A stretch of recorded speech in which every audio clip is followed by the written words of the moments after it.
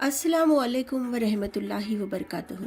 अब बढ़ते हैं हिस्सा 6 की ओर, नमाजों का तोहफा और जन्नत व जहन्नम की सैर। अल्लाह ताला से मुलाकात और बातचीत के बाद हुजूर सल्लल्लाहु अलैहि वसल्लम खुश और निहाल होकर वापस सिदरतुल मुंतहा की तरफ तशरीफ लाए। आपके पास अपनी उम्मत के लिए एक बहुत बड़ा तोहफा था, 50 वक्त की नमाजें। जब आप सल्लल्लाहु अलैहि वसल्लम वापस लौट रहे थे तो छठे आसमान पर आपकी मुलाकात फिर से हजरत मूसा अलैहिस्सलाम से हुई। नमाजों की कमी का वाक़या। हजरत मूसा अलैहिस्सलाम ने पूछा, अल्लाह ने आपकी उम्मत पर क्या फ़र्ज़ किया है? हुजूर सल्लल्लाहु अलैहि वसल्लम ने फरमाया, 50 नमाजें। हजरत मूसा अलैहिस्सलाम ने निहायत हमदर्दी से अर्ज़ किया, ए अल्लाह के रसूल सल्लल्लाहु अलैहि वसल्लम, मैंने अपनी उम्मत यानी बनी इसराइल का तर्जुबा किया है।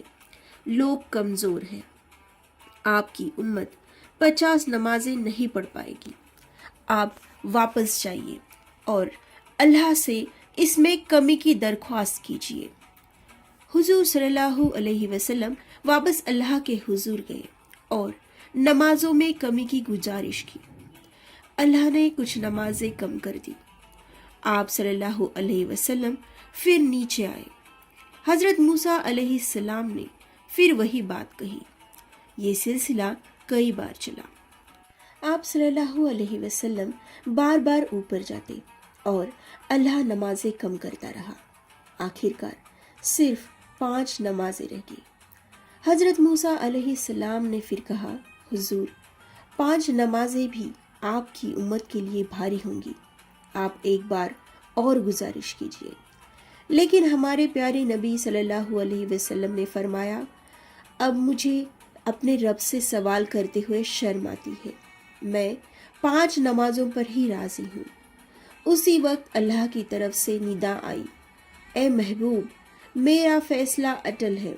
जो आपकी उम्मत में से ये 5 नमाजें पढ़ेगा, मैं उसे सवाब पूरे 50 नमाजों का ही अता करूँगा।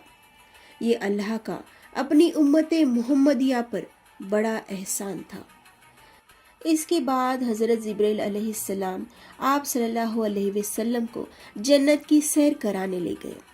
आपने जन्नत के वो नज़ारे देखे जिन्हें किसी आँख ने नहीं देखा और किसी कान ने नहीं सुना। आपने देखा कि जन्नत के महल सोने और चांदी के ईंटों से बने हैं और उनका गारा कस्तूरी का है।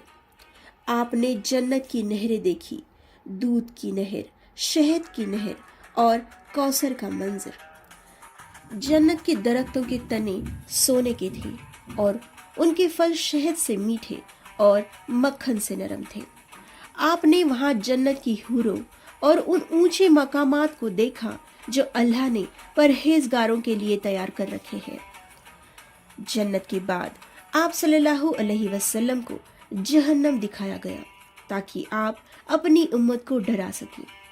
आपने देखा कि जहन्नम की आग काली सिया है। वहाँ आपने मुख्तलिफ गुनहगारों को सजा पाते देखा, जैसे कि सूदखोर।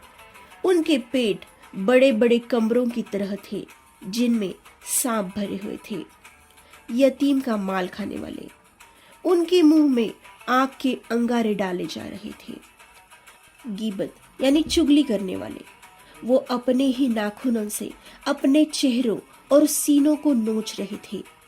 नमाज में सुस्ती करने वाले, उनके सरों को पत्थरों से कुचला जा रहा था। ये नज़ारे देखकर आप सल्लल्लाहु अलैहि वसल्लम का दिल भर आया और आप अपनी उम्मत के लिए रोने लगे। जिब्रील अलैहिस्सलाम ने आपको हौसला दिया और बताया कि अल्लाह ताला रहम करने वाला है। अब वो वक्त आ गया था कि आप सल्लल्लाहु अलैहि वसल्लम वापस ज़मीन की तरफ रुखसत हो। लेकिन एक सवाल बाकी था। जब आप सुबह मक्का वालों को ये सब बताएंगे तो उनका रिएक्शन क्या होगा और क्या वो इस पर यकीन करेंगे?